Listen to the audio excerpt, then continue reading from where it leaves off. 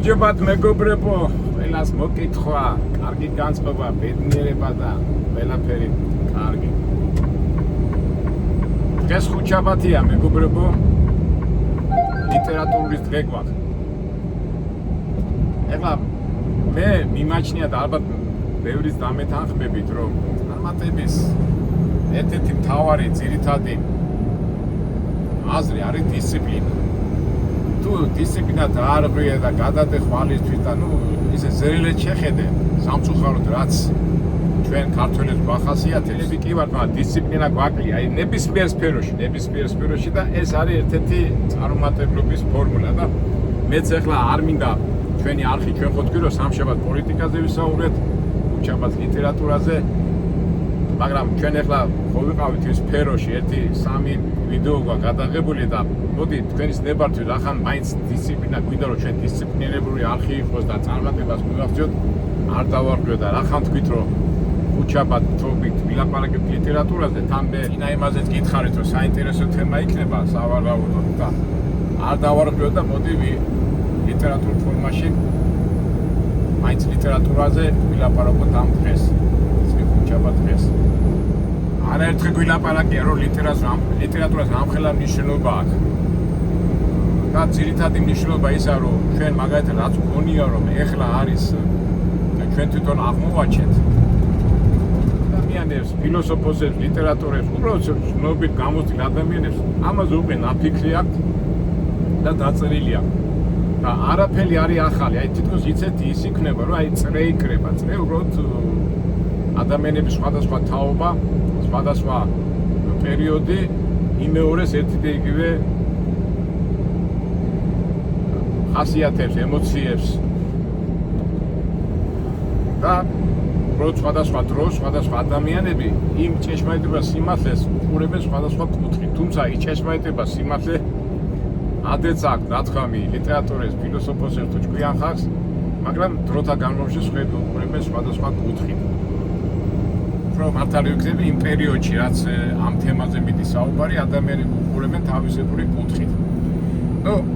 მინდა ვილაპარაკოთ ჩვენ მოგესალმება ძალიან ხშირად მახსენებენ მეჯღანოშვილი, გობსეკი, პუშკინი და აი ამ პიროვნებებზე, რომელიც დღევანდელ სამყაროში და არა მარტო დღევანდელ სამყაროში ეს ყოველთვის იყო უბრალოდ ისეთ კამიდა, ისეთ მოგესალმებათ მე საბჭოთა პერიოდში ვარ გაზრდილი და საბჭოთა პერიოდში ფული შოვნა ასე თქვათ დეკლარირებული იყო რომ სირცხვილი და თუ ადამიანი დიდარი გახდებოდა მოგეხსენება სოციალისტურ წყობაში, ესე იგი შენ რაღაცა იმაიმუნე მოიპარე, აკრძალულცი იყო და ზოგადად ყოველთვის პრესტიჟული იყო, უნდა გამხდარიყავი ექიმი, მასწავლებელი, ინჟინერი, სხვადასხვა რაღაცა, მაგრამ ადამიანი რომელიც ფულს აკეთებდა ეს იყო სირცხვილი, მაგრამ ეს გვიზის, მაგრამ ეხლა საქმეზე რომ მივიდეს ფულის კეთება სირცხვილია? არ არის სირცხვილი, ხო ერთ-ერთი აუცილებელი საშუალება, რომელიც ადამიანს ნებისმიერ დროს სჭირდება. მაგრამ აი ფულს რო იშოვი, როგორი გზებით იშოვი, რა გზებით იშოვი, ეს კიდევ ბევრი ვარიანტებია, მაგრამ მერე რა იმართება ამ ადამიანს და როგორ მორალური ხასიათი უჯდება, ან უბრალოდ ფულს შოულობს ისეთი ადამიანი, რომელიც საკუთრებული თვისებებით გამოირჩევა და ნიჭია თუ ასეა და მერე მიდის ამ ფულის შოვნელის შეფასება. და კომუნისტურ დროს, ჩვენ ბავშვობაში მოგეხსენებათ ამ ფულის კეთებლებს უყურებდი ძალიან უარყოფითად. და ახლა მე ვიდეოზე რო ვფიქრობ, ახლა მე საიდან დავიწყო, მინდა ცოტა მსოფლიო ლიტერატურის მაგალითებიდან მოვიყვანო ამ ფულის კეთებელი ადამიანების შესახებ აზრი მოკლედ და ჩემი აზრით მინდა მოგახსენოთ რომ შევეჯახე ასე თქვა ფულის კეთებელ ადამიანებს. თქვენ მოგეხსენებათ მე 18 წლის ასაკში საკანში მოხდი და საკანში რა ხალხი არ ჯდება და ძირითადად ხო კრიმინალები და ძირითადად უფრო ფულის შოვნელები და როგორ გითხრათ ფულის კრიმინალები რომელიც ყველაფერი ფულთან უკავშირდა ციხე არის მე არაერთხელ არ მითქვას რომ ეს არის ცხოვრების აკადემია და ფიქრობდი როგორ დამეწყო და აი მოდი ჯერ ზოგადად ვიტყვი ლიტერატურულად, კლასიკურად და მე ვიტყვი უკვე ჩემებურად, ჩემ შტაბ-ბეჭდებას გადმოგცემთ ის კეთებელ ადამიანებზე ჩამოყალიბებულ ფსიქოლოგიურ სურათს. ეხლა მე ლას-ვეგასში ვარ, მეგობრებო, მოდიახლა მაშინ მეშალოს გზები უნდა გადაუხიო. შავიდე და აი მას ცოტა განთავისუფლება და მე გავაგზავნე ჩვენი საუბარი არა. მაშინ მეშალოს გადასახლებები. ეს გადავიაროთ ეს საჰაერო ხიდი. აკადემი როგორ მინდა რომ თბილისში გააკეთეს ასეთი ხიდები. ამ საცობების გადამყიდე ძალიან მაგარი რაღაცაა.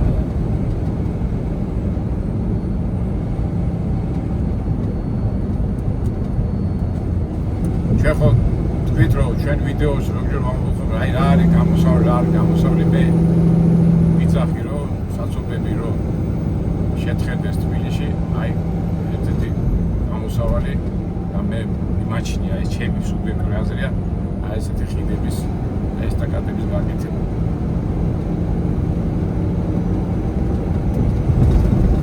ჩვენი დღევანდელი საუბარი იქნება ერთ წერაზე და ერთ რომანზე არ იქნება ლაპარაკი, იქნება ზოგადად მეჭღანოაშვილების, გობსეკის, პუშკინის და ტიპაჟების, იმ ტიპაჟებზე საუბარი, რომლებაც ფული იშოვეს და დასაცინი გახდა. ნუ ყოველ შემთხვევაში ლიტერატურაში რომლებიც ცნობილები არიან და ამ რამდენიმე პიროვნებაში იმ დამახასიათებელ თვისებებს და ხასიათების ჩამოყალიბება მინდა.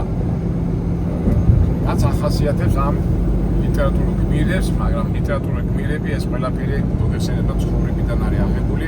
საერთოდ ამ ლიტერატურული გმირების წიგნში რომ კითხულობ, სხვათაშორის აი ესეთი აი ვარი ახლა გინდა შენს ნებისმიერ ადამიანს რაღაცა წარმატებას მიაღწიოს და განსაკუთრებით ფული შოვნის ამბავში რო კითხულობ ისე აზარში ჩადიხარ რა თორე ფულს ახლა ჰაერიდან არავინ არ შოურობს. უბრალოდ კომუნისტების დროს და სოციალისტური წყობის დროს ამ ფულის კეთებელ ადამიანებს დასინოდნენ თავისი მანკიერი თვისებების გამო, მაგრამ საერთო ჯამში რო დაფიქრდე დასაცინი არ არის, იქამდე რომ მიხვიდე რომ ფული კონდეს და მე გამოამჟღავნეს ემოციები, ეს ნაბიჯი ხო უნდა გაიარო.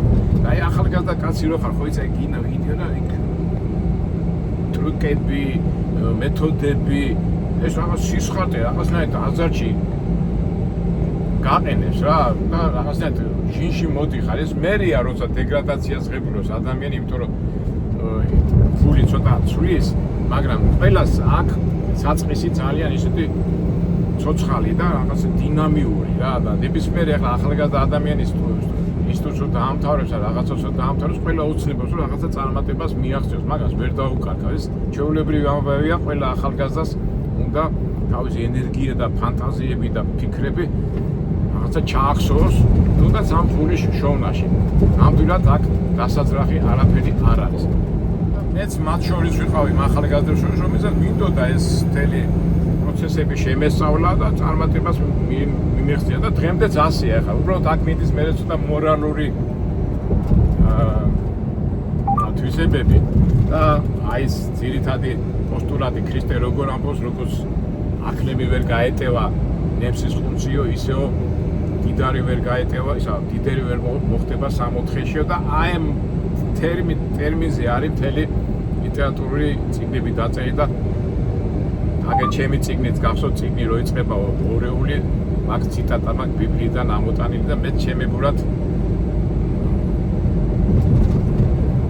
ვავცელებ ამას, ნუ მე ჩემებური ხედვით. იმედია კითხულობთ და ალბათ რაღაცას დაიჭერთ იმ მომენტს და იმ ჩემ ფიქრებს რა როგორ ანაერად და ასე შემდეგ.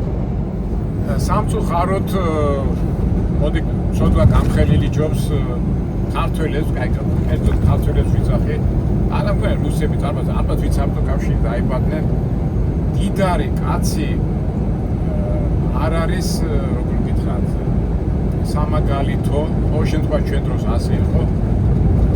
ჩვენ ადამიანი დიდარი გახდეს, მაგრამ მაინც იცით აი აქ ბევრი მომენტია. შეიძლება ერთ-ერთი ვერსია შური, ძალიან გავრცელებული, მე არა მაგდა იმას აქ და ნეტავი მეც გქონდეს ეს შური აი უმეტესია ამ დროს თუ თვითონ ვერ მიაღწია წარმატებას და იმან წარმატებას მიაღწია ის არაპატიოსანი კაცია და იმიტომ მიაღწია და თითქოს იმართებს თავის წარუმატებლობას ან ძალიან გავრცელებული ასეთი ტერმინია მაგას ბიძა ყავს ნათესავები ყავს ესე იგი ფაქტურად იმის ნაკლს იმიტომ ამბობს რომ თავისი მინუსი დაფაროს ხო ასე ჩავიხედოთ რა და იდეოლოგიაც რომ დიდარი ადამიანი ეხლა საბჭოთა კავშირი კლასობრივი ქვეყანა იყო ებრძოდა დიდას და ღარიბი და ისა და ესეც ეთყო იჯდა მაგრამ საბოლოო ჯამში ლიტერატურაში არიან ისეთი ახლა ჩვენ მარტო ჩვენ საბჭოთა კავშირი გავიზარდეთ მაგრამ უმეტესმა მწერლებმა ეს დიდარი ადამიანები მაინც დასაცინი გახადეს და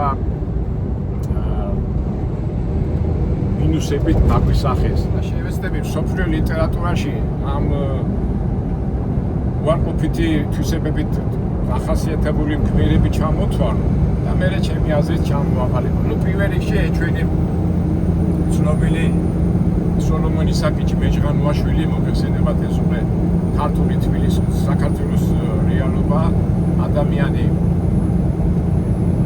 ასე დაიჩაგდა მოკლეშინას გეტყვით და ან ის მიხვდა რომ ფული არის ერთადერთი სიძლიერის და თავისი მითხრათ მეობის დამამტკიცებელი ძალა და და პატარ-პატარა წვრილმანწვრალი რაღაცები მეჯღანუა რა არის რომ თუფლები აი ჯღანინდა რო აკეთებ ფულს მაგრამ რო კითხო რომ ბიჭო აი კომერციული ისინი მოძრაობები იცი საინტერესოა მაგრამ აი მწერალი მას უარყოფითად ასახავს რატო იმიტომ რომ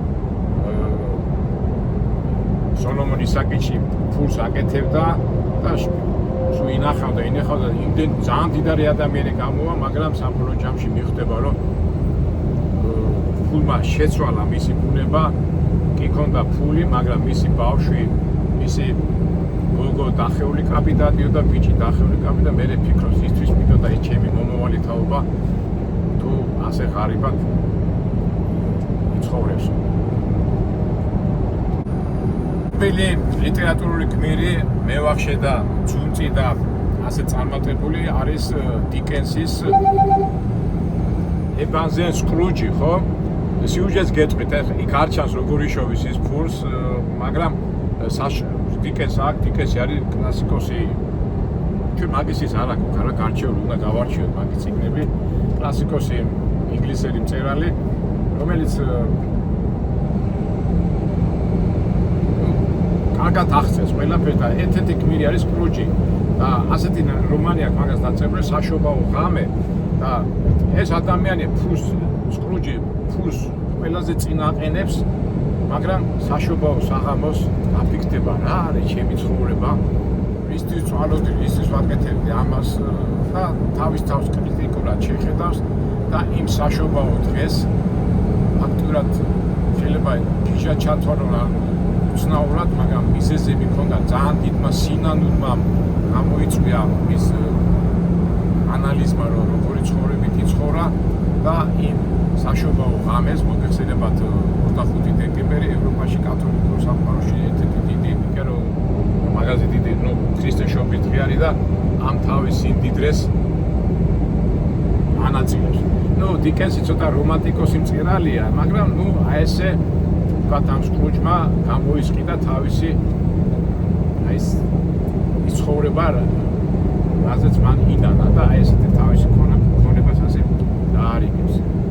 ცნობილი ლიტერატურული გმირი არის შექსპირის შაილოკი. ეხლა შექსპირის პიესებს წერდა, მან ცოტა ძნელია, მაგრამ ვენეციელი ვაჭარი თუ წაკითხული მან არის შაილოკი და ეს იყო მევახშე, ძალიან კაცი იყო, ფულს წინ აყენებს, მაგრამ თუ ადამიანი მას გასესხებულ ფულს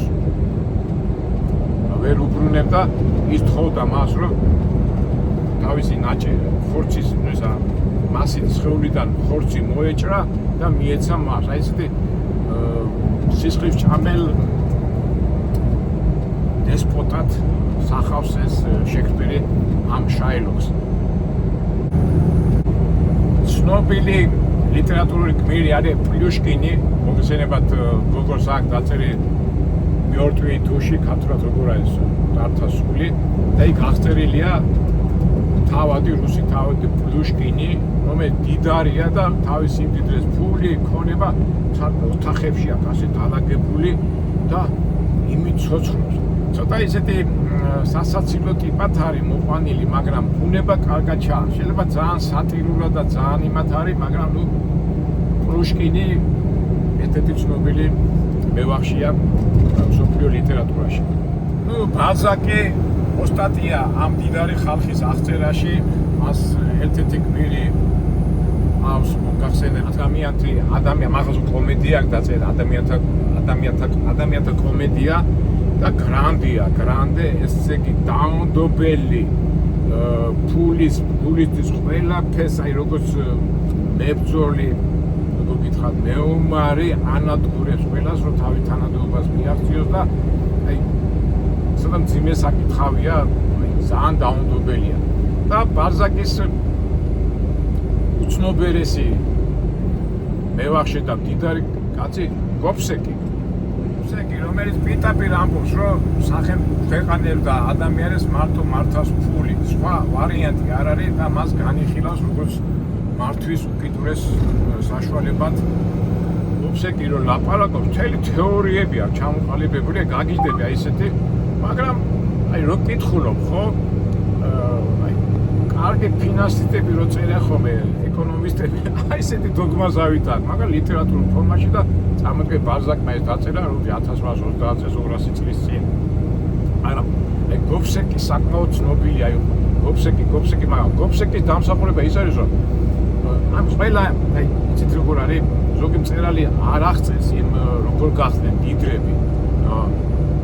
გობსეკში აღწერილია, იმიტომ ის იყო კოლონიზატორი მოგეხსენებათ საფრანგეთის ბევრი კოლონიები ქონდა დედამიწის ზურგზე და ეხლა კოლონიზატორი იყო ადვილი არ არის, უნდა იყო ვაჟკაცი, მებრძოლი 1000 რაღაც არ არის ადვილი, ის კონტრაბანდისტი იყო, ის იყო, ეს იყო, ჩვენ რომ მაშინ ხარი ჩვენი უჩაცხო კონტრაბანდისტი არ არის, აი ჟილკა უნდა ქონდეს, უნდა მიაღწიო მაგ თანხას, მაგრამ მე უკვე ადამიანი ასაკში რო შედის, უკვე ძალა აღარა აქვს ისა და უკვე ფული არის მისი ერთადერთი მართვის და მოქმედების საშუალება.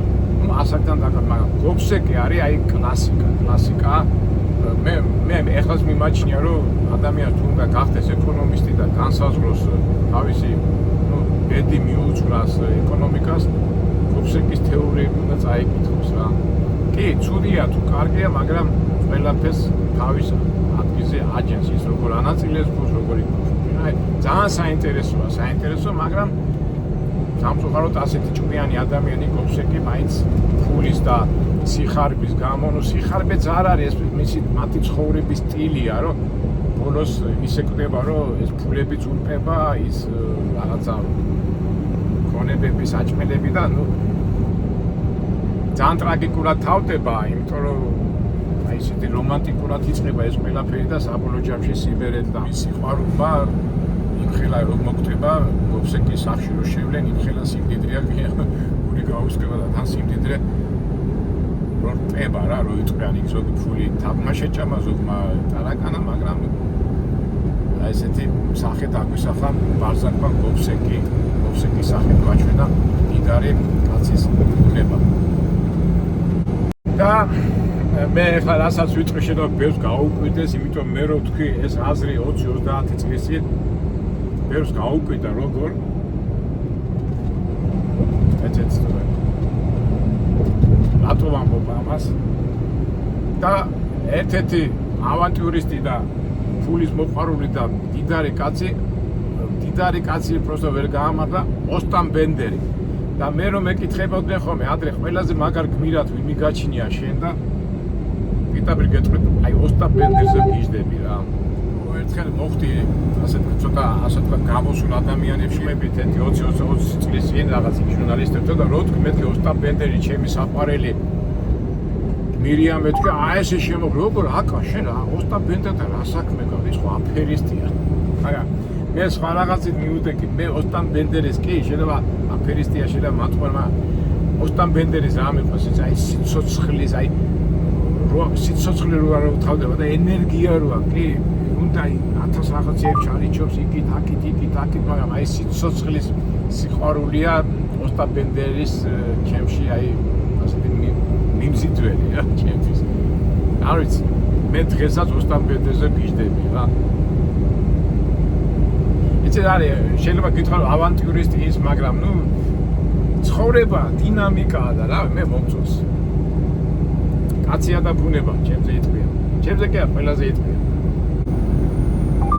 და მინდა კიდევ გავიხსენო, ეხლა ვინაიდან ჩვენ ამერიკაში ვართ და ყველა ამერიკის სკოლაში და კლასიკად არის მიყვანილი ისა აღიარებული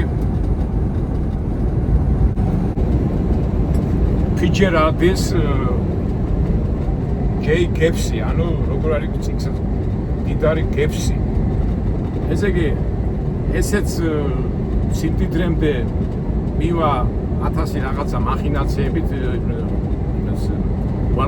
ალკოჰოლის ყიდის და ნუ კონტრაბანდით, მაგრამ ამის мотиваცია იყო, რომ ამ სიმდიდრით ასულიყო მაღალ საზოგადოებაში.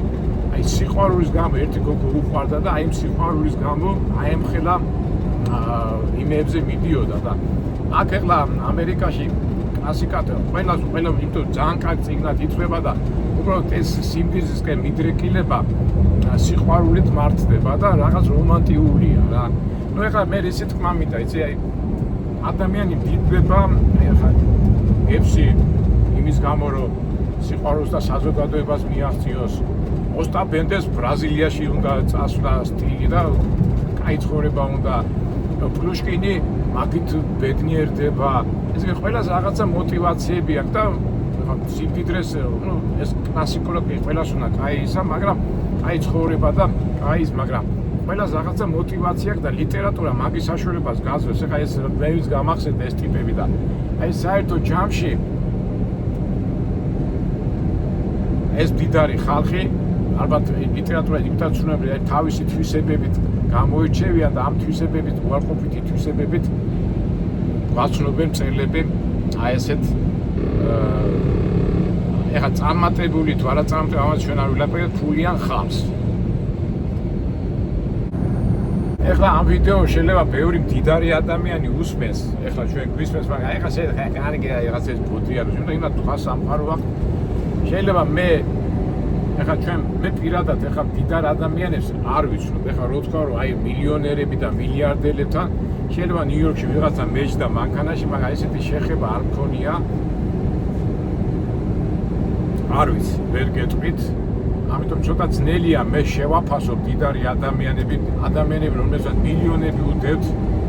ცოტა ძნელია ჩვენ გახსოვთ ჩვენ ვიდეოში ვამბობდით ნეტავ ისეთ ადამიანებთან ჩვენ ხო ვიღებთ და მithumetes ამერიკაში მგონი 8-10% მილიარდერები არიან და ჩემ წინა ვიდეოში ვამბობდი ნეტავ ჩაგვივარდეს საშუალება რომ მილიარდერებს და მილიონერებს ველაპარაკოთ და ვინმე გული გაგვიხსნათ, მაგრამ ეჭვი მეპარება თუმცა ცხოვრება ისეთი საინტერესო და ისე მრავალფეროვანია არ არის გამორიცხული რომ ამასაც მივახციოთ. რომ მას უნდა მივახციოთ რომ დავждეთ დიდარ ადამიანთა, მილიონერ ადამიანთა და გული გაგვიხსნას. რატომაც არა მეგობრებო. მე ჩამოთვარე ეს ჩვენი ლიტერატურის ასეთი გმირები, ასე ცნობილი ლიტერატურული გმირები და ისევ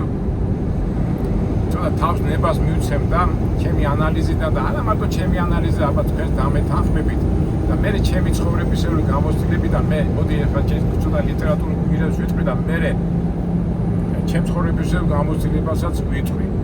ეხლა მე რაც ჩამოთვალე ეს გმირები 18 წლის 20 წლამდე ზოგი წაკითხული მყოფა, ზოგი არ მქონდა წაკითხული, მაგრამ მე 10-15 წლის შემდეგ რომ გადავიკითხე, მე ცოტა სხვანაირად შევხედე ეხლა ამდენი ცხოვრებისეული გამოცდილებიდან და ძალიან ბევრი ვერსიები აი დიდარ ადამიანზე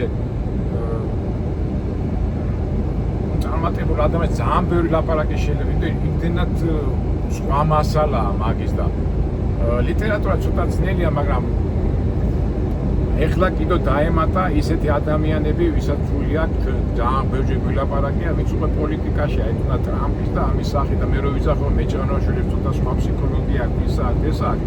ამაზე ალბათ მე კიდო ჩამოყალიბდები და აი გავშიფრა.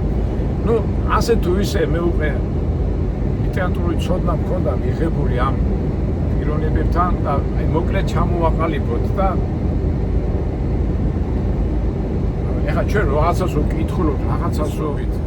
თავისთავად რაღაც დასკვნები გამოგვაქვს და აი ესეთი მდიდარი ადამიანები უფრო მევახშეები და ამ ციკლებიდან გამომდინარე პიროვნებებს ჩვენ ვიპოვეთ, რომ რა ხასიათებს და რისი ეშინიათ. და ყველას ამ რაც არ უნდა რომანტიკული მდიდარი კაცი იყოს, რაც არ უნდა კაცრი იყოს, რაც არ უნდა დაუნდობელი იყოს, რაც არ უნდა იყოს, აი დამიჯერეთ რა, არ ვიცი, მე შეიძლება ვწდები, მაგრამ ჩემი სუბიექტური აზრია 80-85% ამ ასეთ ადამიანებს ერთი და იგივე შიშები აქვთ. ამას მე კიდევ გიტყვი რატო და ჩემი გამოცდილებიდანაც შეიძლება მე წეღანავ თქვი ხა ძალიან დიდარ ადამიანებს არ ვიცი, მაგრამ ადამიანი რა თქმა უნდა დიდი რამე ხა მას ფული აქვს, შეიძლება განსხვავებული, მაგრამ შიშები ხო რო აკვირდები ხო ყველას ერთია და რა არის მაგათი ძირითადი შიშები ასე რომ პირველი შიში და უმთავრესი შიში არის დაგროვილი ქონების დაკარგვა. გამორიცხული, აი ამბობ ხოლმე რომ აი მომცა მილიონი, მილიარდები და ბედნიერი ვიქნები. არა მეგობრებო. პარადოქსია. ადამიანები ხდებიან დიდრები და გონია რომ დაისვენებს და უფრო უარეს პრობლემებში ვარდება. აი თუნდაც ჩემი გმირი უჩად მასე არ არის, ეგონა რომ სიმდიდრეს მოიპოვებდა და ხალხს უფრო დაეხმარებოდა და უფრო უარი მე ცოტა სხვანაირად თემად ვაყენებ ის მაგას ეგონა სხვა კარგს გააკეთებდა და ცუდად გამოვიდა და უფრო დაიძაბა, მაგრამ კლასიკურად ყველა მდიდარ ადამიანს ეშინია თავისი მდიდრის დაკარგვას. ეს გამორიცხულია ხო მოიპოვე და რო იშოვი და მოიპოვეს იმ მილიონს, მე იმის მილიონების შენარჩუნებაზე უნდა იფიქრო და ძალიან ბევრი მდიდარი ადამიანისგან გამიგრო რომ შენარჩუნება უფრო ძნელია ვიდრე მოპოვება. ნუ ესე კი ქონების დაკარგვას. ეშინია ყველა მდიდარ ადამიანს. ყველა მდიდარ ადამიანს, ახლა მდიდარს აი ცოტა ეს მდიდარ არ ვიცი აი ეს ბულგარი მეგობრებო ახლა შეიძლება მე მდიდარი ხალხი მისმენს და ჩემი პირადი აზრია, შეიძლება აი მე თუ რაღაცა არ მოგეწონა შეგვიძლია შევხვდეთ და ვილაპარაკოთ დავწუნოთ დისკუსიის ფორმით. ყველა მდიდარს ეცა პარადოქსია, ყველა მდიდარ ადამიანს აქვს ფული, ქონება, მაგრამ სიღარიბის ეშინია, აი სიღარიბე, ეს სიტყვა სიღარიბეც უკვე შიგნით რაღაცნაირად აწუხებთ. ძალიან მაგარ დისკომფორტს ვნობენ, აი ესეთი შიში არის, რომ სხვაზე არიან დამოკიდებულება. გამორიცხულია, რომ ეს იმით არის ამაყოს, იმით რომ თავისი ფული და არ უნდა იყოს სხვაზე დამოკიდებული, იმიტომ რომ სხვაზე როა დამოკიდებული, უკვე რაღაცნაირად თავის მეობას კარგავს მდიდარი ადამიანი. ესე იგი, სხვაზე დამოკიდებულების ეშინიათ მდიდარ ადამიანებს. ერთ-ერთი ძირითადი შიში ანუ სიტყვა ნდობა. ვერენდობიან, ვერას, აი იმდენად არიან უკვე დაკომპლექტო, ვერენდობა, იმიტომ რომ თვითონ უნდა დააკონტროლოს და აი ეს უნდობლობა ხა მე მაგათაც ჩემეულეს ვენდობი, ჩემშიც ვენდობი და საერთოდ რაღაც მაკაცობაში, მეგობრობაში და საერთოდ ახლა რო შევხედათ ბიზნესში ვინც არის, რატომ მოხდეთ კონფლიქტი, რომ რაღაცა იმან ნდობა დაკარგა ის და სულ ეჭვებშია და აი ეს ნდობა ძალიან დისკომფორტს უქმნის მდიდარ ადამიანებს. ნუ აქედან გამომდინარე და ძალიან დისკომფორტს უქმნის მდიდარ ადამიანებს უკონტროლობა. მდიდარ ადამიანს უნდა აკონტროლოს ყველაფერი. მას იმის შიში აქვს, რომ კონტროლს დაკარგავს და ამ კონტროლის დაკარგვიდან გამომდინარე სულ ეჭვებშია. ეს ეჭვებიც განჭავს. რა ვიცი, ხუთი რაღაცა ჩამოთვალე, ხო?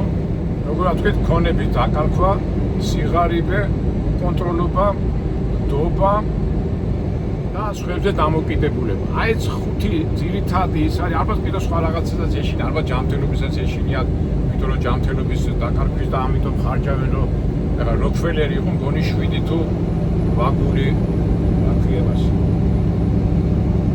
8 გული გადაინერგა არ ვიცი ეხლა მე რაც თავში მომივიდა ესე კიდევ ისე ეშინიათ მუსიკალობის არ ვიცი ну ეს ხუთი ძირითადი შიშები აწუხეთ ამ ჩვენ დიდარ ადამიანებს ну ყოველ შემთხვევაში აი ესეთი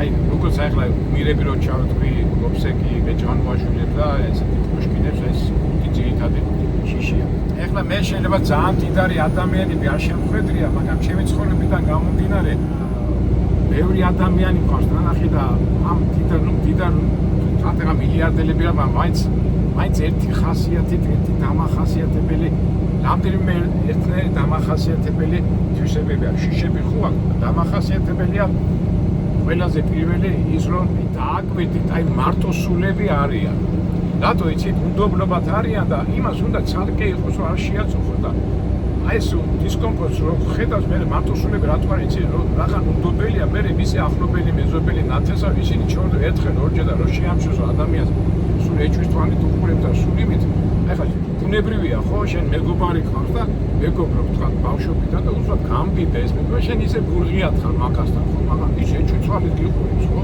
ვაიმე უნდობლობა და შენ ძიძულებული ხარ აი ამიტომ აი მართალია ერთად გავიზარდებ მაგის სულ ეჭვის თვალით მაყენებ და შენ ჩორდები ამიტომ მათ და თვითონაც აწყობთ ეს მარტოობა და აი დააკვირდით ყველა დიდარი ადამიანი ასე თუ ისე მარტოსულია სულ მარტო უნდა ჯდომა და სულ ფიქრობ სულ ამით ამბობ აი მე მარტო უნდა ვიფიქრო მაგრამ საერთოდ ჯამში მაგარი მარტოსულები არიან ეს არიან უნდობლები და ეს უკვე ხასიათში გადადის და ვინაიდან უნდობლობა აქვს ყველას მიმართ და ყველა შიშის მიმართ არ არიან უცფელები მეგობრობის და ურთიერთობის მთავარი საფუძველი არის გულწრფელობა არა მეგობრებო მაგრამ არა ის დობებში და გულწრფელი არ არის და ამიტომ შენც რო გძნობ რომ ადამიანი შენს მიმართ გულწრფელი არ არის და ღია არ არის შორდები მაგრამ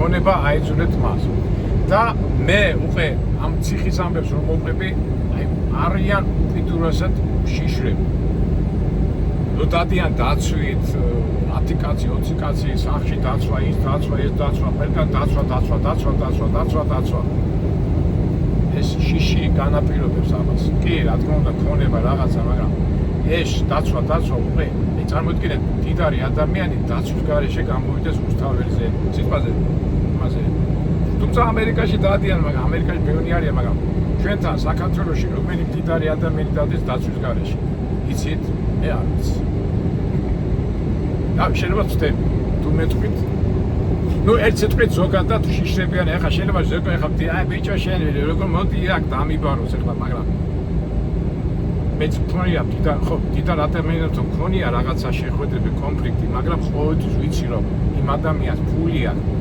მაგრამ შიშარა და აი შიშის ფსიქოლოგი თუ ხარ ამ შიშის ცნობა და იმას ყოველთვის გამოიყენება ამას მე ალბათ ჩემ იმაში მე მოვხერ თუმცა ჩემ ციკშიც არის ეს შიში დიდარი ადამიანის შიშს მე ამას შიფრა მაგრამ ალბათ მომავალში კიდევ უფრო გავშიფრავ ამ შეგრძნებას არ ვიცი მეგობრებო მე ახლა შეიძლება ამ ვიდეოთი ვიღაცა დიდარი ადამიანები გავაღიზიანო მაგრამ მე ისე და ისე ვიცახი არ არის პრობლემა ნებისმიერ შეხვედრით დავილაპარაკებ მაგრამ პროსტაბროს ეს ჩემი პირადი აზრია ახლა ამ აზრის გულით თუ პრობლემებს შემიქმნით მაგრამ მე ვამბობ იმას რასაც ვფიქრობ და რაც გამიანალიზებია ცხოვრებაში და ყველაზე საშინელი მე მიმაჩნია ეხლა მე მოგესალმებით მეგობრებო ასე თუ ისე ამბიცია მაქვს რომ მინდა კიდევაც რომ ღმერთის თვიარო და შეცდომები არ დავჭირ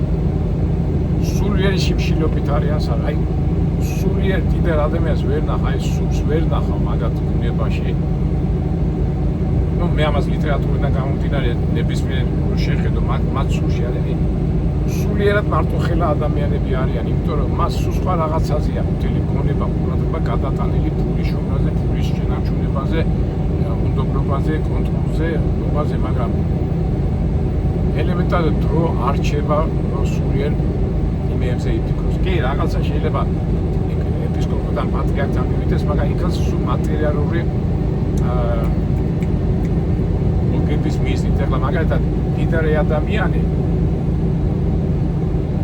არ მინდა ზოგადად არ თქვენს მიხვდებით ძლევთან და ეპისკოპოსთან პატრიარქთან იმიტომ მიდის რომ რაღაცა გათვლი და არა მგონი ეხლა მდიდარი ადამიანი იმ სულიერი ფიქრები და სულიერი მოძრაობებიდან გამომდინარე მივიდეს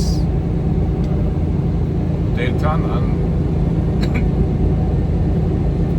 გაიხსნას რა. ამიტომ სულიერად ძალიან მარტოსულები არიან. მარტოსულები კი არა, ცარიელები არიან რა. ასე ფიქრობენ. და სტატისტიკურად რო შევხედოთ, დამახასიათებელი ეს არის, რომ მდიდარი ადამიანები მარტოებიან მარტოხელად. სტატისტიკურად რო გადახედოთ აი მდიდარი ადამიანის ბიოგრაფიას, ალბათ მე მაგაზე ვილაპარაკებ. იზოლაციაში კვდებიან, მარტო კვდებიან რა. კი ახლა რა თქმა უნდა შვილები ჩანან, მაგრამ უბრალოდ ნათესაები რო გროვდებიან, იმაზე უფრო ფიქრობენ, ვის რა დარჩება, რა ქონება დარჩება და მარტონი კვდებიან.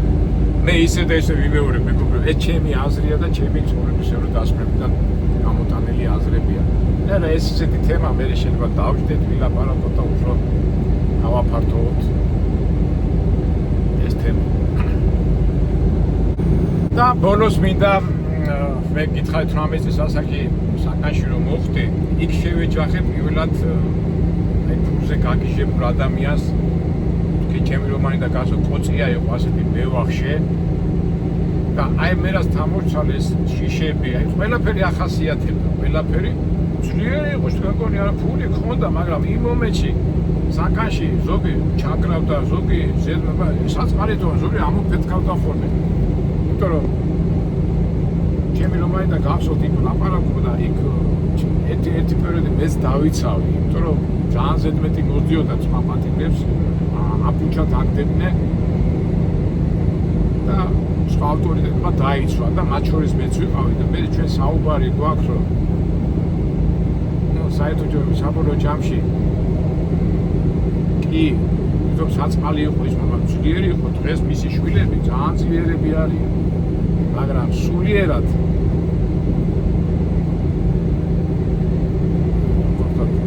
დაცილები არიან და როგორ გითხარ ალბათ მე კიდე დავიწყებ ხო სხვა მხელა ლიტერატურა გადადიხარ მაგრამ რა მნიშვნელობა აქვს ლიტერატურული გმირი თუ არა გმირი ეს ადამიანია და ადამიანი თავისი მრავალფეროვნები და თავისი ფიქრებით ძალიან საინტერესოა და ვიდეოში ჩვენ განვიხილეთ ისეთი ადამიანები ფულზე აქვთ ყველაფერი აწყობილი და სულ არ ახსოვთ ღმერთი უფალი ფულია მაგათთვის ღმერთი და ფულის შოვნა ადვილი არ არის ფული რო იშოვო ენერგია ფიქრები და დახარჯო და დადროს ეხლა წიგნები და რა დროს ღმერთზე ფიქრია იმაზე გაქვთელი გადატანით მაგრამ მე ვიყრი სიცოცხლის ბოლოს მაგრამ ამბობენ ხოლმე და ის მიწიეთ და აი მამონას ხშირად ვიძახით ხოლმე ეს მამონა ისეთი რაღაცა საინტერესოც არის საშიშიც არის მაგრამ ეს თქვი საინტერესოა საინტერესოა და ჩვენ როგორ ვთქვით რომ ჩვენ ვიდეოს ბოლოს გამოსავალს რა ურჩიოთ ახლა მე მეტყვია შევინახა რა უნდა ურჩიო რა თქმა უნდა ფული შოვნა ცუდი არ არის ფული შოვნა ახლა არგემა უბრალოდ ამ ფული შოვნამ და ამ ქალწულად როგორ არის ბოლამ არ უნდა დაგაკარგინოს ის სახე რასაც ქვია აღალი სიტყვა და ადამიანი და ადამიანი მაშინ არის ადამიანი როდესაც მიყვება ფულის სწავლებას მაგრამ სამწუხაროდ ამდენჯერ ვამბობ და სულ მაგას ვამბობ რომ შორდება ეს ხალხი ფულიანი ხალხი გონია ძლიერია მაგრამ შიშარა და ადამიანი როცა შიშარა მისი მართვა ძალიან მარტივია უბრალოდ და მიუდგე იმ ძლიერი ფინანსურად გაძლიერებული ადამიანის ისეთი შიშარა გულია აი როგორ რას მაგონებს იცი აი ეს როგორც არის ზღაპარი რო არის, ლომი რო არის და თაგვი რო არის და ჩადოქარი ლომათ რო გადააქცეს, მაგრამ ლომია და მაინც ეშინია, იმიტომ თაგვის გული აქვს რა. აი ესია მდიდარი ადამიანიც. მაგრამ ყველა მდიდარ ადამიანს არ ვიტყვი. უბრალოდ მე კიდევ რას ვიტყვი, იცი? აი ესეთი მეჯღანვაშვილი გობსეკები და გრანდები ჩვენ ლიტერატურაში გვაჩვენებდნენ ასეთ მასა ცხოვრებაში და ხალხი და ჩვეულებრივ ცხოვრებაში, მაგრამ უკვე ისეთი დრო მოვიდა, რომ უკვე პოლიტიკაში ჩაერინა, ხო, როკფელერები, როჩილდები და აი ყველაზე ძალიან მაგარია ეს ტრამპი. აი ის რომ დაფიდე მაგარი ლიტერატურული გმირია, ეხლა კაი მწერალი რომ დაждდეს და აღწეროს ტრამპის ეს თავისი მოქმედებები, თონი ძალიან კარგ რაღაცას მიაღწევს რა. კარგი რომანი გამოგვიყვება, საინტერესო და მე მგონი ძალიან ისეთი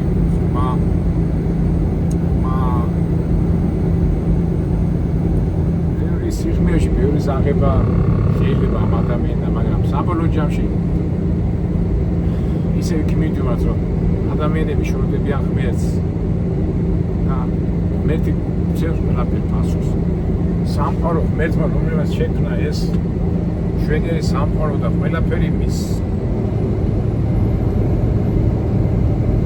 კონტროლის ქვეშ შექმნდება და უყვარვათ მას ჩვენთან, ჩვენ კიდევ გონია რომ ჩვენი ფული და ჩვენი სიზრე, ჩვენი დაცვით, ჩვენ გადავიჩენ ჩვენ თავს, რომ ასე არ არის. მე ხა ჩვენ ვილაპარაკეთ, მაგრამ აი ძალიან მინდა რომ აი დიდარ ადამიანს დაუშვი და კარგად ვილაპარაკო და ჩვენც ეს ავსავ. გამოგივა მეგობრებო. ჩვენ რაც მოვიდომით ხო გამოგივიდა. აგერ მეგობრებო, ესეთი ლიტერატურული განვიხილეთ ეს ჩვენი გმირები. ჩვენ ამ ვიდეოს წინა საფუძვლებს ჰქონდა, იმიტომ რომ ეს ჩვენ ლაპარაკ რატო დავიწყეთ ამაზე ლაპარაკი, რომ არაბიზაცია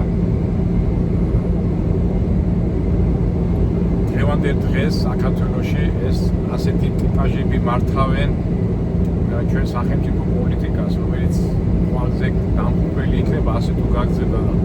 მეც ახლა იმიტომ ჩამოვაყალიბე მათი ხასიათები და განსაკუთრებით შიშები და დავიცე რა ჩვენ თუ გავაანალიზებ და ადამიანები დავშლებით და ადამიანები რომლებიც საქართველოში 100%-ია 100-დან 97 ადამიანს არ უნდა ეს არაბიზაცია და საშიშად მიაჩნია როგორ ფიქს 3-4% რომელიც რაღაცა მიზნებს გულით და ეხლა მე რომ ჩამოვაყალიბე ეს ლიტერატურული გმირების ამ თვისებებით ცხოვრობენ ის 96-97%-მა როგორ უნდა დააზრიოს ასეთი ახასიათებელი ხასი მატარებლები ადამიანების პრობლემა. და იმიტომ თქვი მე ჩემი აზრით ყველაფერს დავისრულა, ჩემი აზრით მერტი მაგაზე ყველაფერს აქ დავისიტრო, უბრალოდ ამაზად ისეულად და მერტის სწავლებით უნდა ვუდგეთ ყველაფერს. აქედან გამომდინარე, საიდანაც მოვედი, მაგრამ ისე და ისე დავამთავრებ არა არაბიზაციას, არამედ ქართული სიყვარული და ჩვენი ტრადიციების სიყვარულიზაციას. მე ისე და ისე მეორები და არ დავიღებ. მერტმა შექმნა ადამიანი ბედნიერებისათვის, რომ იყო ბედნიერი უნდა გაუთხიდეთ ერთმანეთს და არ დავიზაროთ ფიქრი, აზროვნება, სწორი დასკვნის გამოტანა და მერე მოქმედება. ჩვენი მოქმედება რა სიყვარული. იმიტომ რომ თვითონ ღმერთია სიყვარული და სულ მაგას მეუბნება რომ მიუძეგეთ ყველაფერს სიყვარულით ყველა საქმეს და ამიტომაც ჩვენ ვარდებულები ვართ. არა მარტო ვარდებულები, გულითაც უნდა ვიყოთ და ჩავებრათ ამ სიყვარულში, გაგებაში და სრულფილებით და ვიმოქმედეთ. სრულყოფილ მოქმედებაში. კარგით, აბა მეგობრებო, დაგემშვიდობებით. აი ესეთი პატარა ვიდეო გამოგივიდა. ყველაფერი კარგად იქნება, სადაც არის ღმერთი, სადაც არის ღმერთის სწავლებები, ის დამყოლებები ილახი. კარგად, აბა მეგობრებო, შევხვდებით იმედია მომავალ საინტერესო ვიდეოებში. ყველას გისურვებთ წარმატებას, ბედნიერებას და ღმერთთან ახლოს მოხვედრას.